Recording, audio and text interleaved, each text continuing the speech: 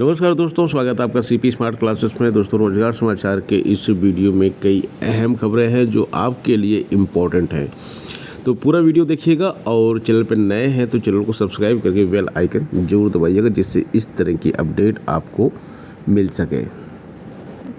दोस्तों, आरओ की परीक्षा में पेपर लीक कराने वाले 2 लोगों को गिरफ्तार किया गया है।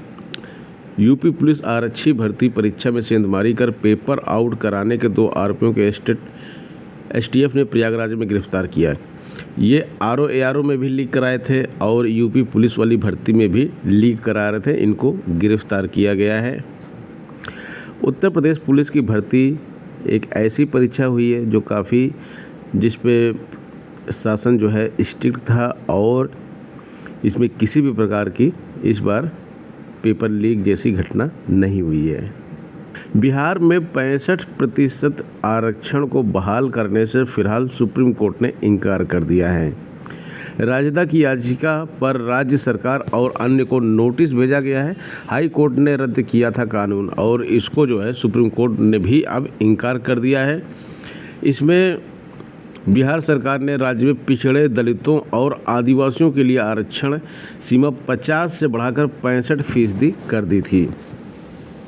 हाई कोर्ट ने इस पर रोक लगाई थी और इसके बाद आरजेडी जो है सुप्रीम कोर्ट गई थी, वहां से भी इसको इनकार कर दिया गया है। दोस्तों, बिहार में 7,000 से ज़्यादा पदों पर विशेष शिक्षकों की बहाली बहुत ही जल्द होने वाली है। 7,279 पद है यहाँ पे। राज्य के विभिन्न जिलों में विशेष आवश्यकता वाले बच्चों को पढ़ाने के लिए 7,289 शिक्षकों की नियुक्ति होगी।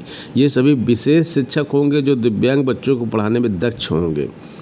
प्राथमिक कक्षा 1 से 5 में 5,534 और मध्य विद्यालय कक्षा 6 से 8 में 1,745 पदों पर इन विशेष शिक्षकों की नियुक्ति की जाएगी। बीपीएससी के माध्यम से ही इनकी भी नियुक्ति की जाएगी। इन पदों पर नियुक्ति के लिए शिक्षा विभाग की तैयारी अंतिम चरण में है। विभाग की कोशिश है कि जल्द से जल्द इन पदों पर नियुक्ति की अधियाचना सामान्य प्रशासन विभाग के माध्यम से बीपीएससी को भेजी जाए। उसके बाद यहाँ पर जो है इनकी परीक्षा होगी। परीक्षा के बाद रिजल्ट आएगा, फिर इनकी ज्वाइनिंग करवाई जाएगी। स्टाफ नर्स के 120 पद घट गए। 180 पदों के लिए अब परीक्षा कराई जाएगी। उत्तर प्रदेश लोक सेवा आयोग स्टाफ नर्स के लिए लिखित परीक्षा करा रहा है और 300 से पदों की संख्या घटकर 180 हो गई है। उत्तर प्रदेश लोक सेवा आयोग के परीक्षा नियंत्रक हर्षदेव पांडे की ओर से शुक्रवार को इस संबंध में विज्ञप्ति जारी की गई। आयोग ने 4 सितंबर 2023 को 300 पदों 252 महिला और पुरुष के 48 पर भर्ती के लिए विज्ञापन जारी किया था। इस बीच हाई कोर्ट की लखनऊ बेंच में दायर याचिका में 11 अक्टूबर 2023 को विज्ञापन पर रोक लगा दी गई। इसके बाद शासन की ओर से 13 मार्च और 20 जून को कुल 180 रिक्तियों का संशोधित अधियाचन आयोग को भेजते हुए 180 पदों पर चयन की अपेक्षा की गई।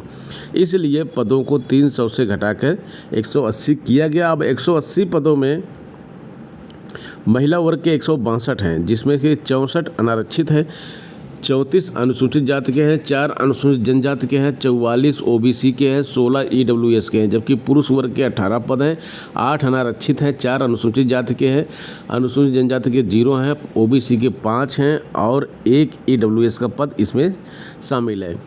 इसी रविवार को प्रारंभिक परीक्षा लखनऊ में बने केंद्रों पर 2 पालियों में 9 से 12 और 3:30 से 4:30 तक कराई जाएगी। CHSL की टियर 1 परीक्षा में 41,465 अभ्यर्थी सफल हुए हैं। 41,465 अभ्यर्थी टियर 1 में सफल हुए हैं। अब टियर 2 की परीक्षा में ये अभ्यर्थी शामिल होंगे। CHSL की परीक्षा 1 से लेकर 11 जुलाई तक हुई थी। यूपी और बिहार के 19 शहरों में 79 केंद्रों पर परीक्षा आयोजित की गई थी। दोनों राज्यों के 8,49,718 अभ्यर्थियों के सापेक्ष 4,54,500 अभ्यर्थियों ने ऑनलाइन माध्यम से परीक्षा दी थी। जिसमें से 39,835 सफल हुए हैं। और यहाँ पे लोअर डिवीज़न क्लर्क की पोस्ट होती है एलडीसी और जूनियर सांख्यिकी अधिकारी के पद होते हैं। तो इसमें जो है 39,835 सफल हुए। डाटा एंट्री ऑपरेटर के लिए 1,630 अभ्यर्थी ही सफल हुए हैं। एसएससी की जो परीक्षा होती है, सीएसएल की जो परीक्षा होती है, ये तो ऑल ओवर इंडिया होती है, लेकिन यहाँ पे एक नॉर्थ जोन होता है जिसमें उत्तर प्रदेश और बिहार के लोग आते हैं। तो ये उत्तर प्रदेश और बिहार का ही रिजल्ट है, नॉर्थ जोन का रिजल्ट है ये। 69,000 शिक्षक भर्ती के छात्रों के लिए बड़ी खबर है। आज सीएम से मुलाकात होगी और संजय निषाद के आवास के बाहर इन लोगों ने प्रदर्शन किया था और आज सीएम से मिलने का समय मांगा गया है। और वहाँ से सीएम की ऑफिस से ये फरमान आया है कि जो इनका प्रतिनिधि मंडल है उनके नाम मांगे गए हैं, कौन कौन जो है आपकी तरफ से मुख्यमंत्री से मिलना चाहता है। तो यहाँ पे लिखा हुआ प्रतिनिधिमंडल का नाम भी मांगा गया है। वही शुक्रवार को अभ्यर्थियों ने मंत्री संजय निषाद के आवास का घेराव किया। ओबीसी के जितने भी बड़े नेता हैं सबके आवास का घेराव अभ्यर्थी कर चुके हैं। अब इसमें केशव प्रसाद मौर्य शामिल हैं और इस राजभर साहब के घर पर भी घेराव किया गया था। आशीष जी के घर पे भी घेराव किया गया था। अपना दल पार्टी हो या फिर निषाद पार्टी हो, सभी के घर पे घेराव किया गया था, तब जाकर कहीं मुख्यमंत्री जी से मिलने का समय मिला है। आयोग की अगली बैठक में तैयार हो जाएगा शिक्षक भर्ती का खाका। नई शिक्षक भर्ती के लिए डीएलएड छात्रों ने धरना दिया। तो यहाँ पर जो अगली बैठक होने जा रही है उसमें असिस्टेंट प्रोफेसर भर्ती 1,017 और टीजीटी पीजीटी 4,163, इन दो भर्तियों के लिए यहाँ पे खाका तैयार हो जाएगा। इसके लिए कमेटियाँ गठित कर दी गई हैं। इन कमेटियों को 1 सप्ताह से 10 दिन के भीतर रिपोर्ट देने की उम्मीद है। इसी महीने आयोग की बैठक भी प्रस्तावित है, उसमें रिपोर्ट रखी जाएगी। मीडिया संघ वार्ता में अध्यक्ष प्रोफेसर कीर्ति पांडे ने बताया कि बैठक में हुए निर्णय के अनुसार आगे की कार्रवाई की जाएगी। यानी कि जो नई बैठक होने जा रही है 7 से 10 दिन के बीच में रिपोर्ट मांगी गई है। तो 7 से 10 दिन आपको इंतज़ार करना पड़ेगा। 10 दिन अधिकतम समय ले लीजिए, 10 दिन आपको इंतज़ार करना पड़ेगा। इसको बैठक होगी, बैठक में के बाद जो है यहाँ पे कैलेंडर जारी किया जाएगा और उस कैलेंडर में इन दो भर्तियों को लेकर काफ़ी चर्चा है। एक टीजीटी पीजीटी और दूसरी जो है भर्ती वो असिस्टेंट प्रोफेसर की है। तो इन दो भर्तियों में परीक्षा कराई जाएगी। जैसा कि हम आपको पहले एक वीडियो में बता चुके हैं, अब इन दोनों में भी प्रायोरिटी किसको दी जाएगी? इन दोनों में असिस्टेंट प्रोफेसर को प्रायोरिटी दी जाएगी। तो सबसे पहले किसकी परीक्षा होगी? असिस्टेंट प्रोफेसर की होगी, फिर टीजीटी पीजीटी की होगी। ऐसा नहीं है कि एक के बाद एक परीक्षा होगी, दोनों का काम एक साथ चलेगा, लेकिन जो परीक्षा की डेट पहले आएगी वो असिस्टेंट प्रोफेसर की आएगी। यानी कि अगर असिस्टेंट प्रोफेसर की नवंबर में होती है तो टीजीटी पीजीटी की दिसंबर में होगी, बस इतना ही अंतर होगा। शिक्षक भर्ती से टीईटी तक पर निर्णय जल्द।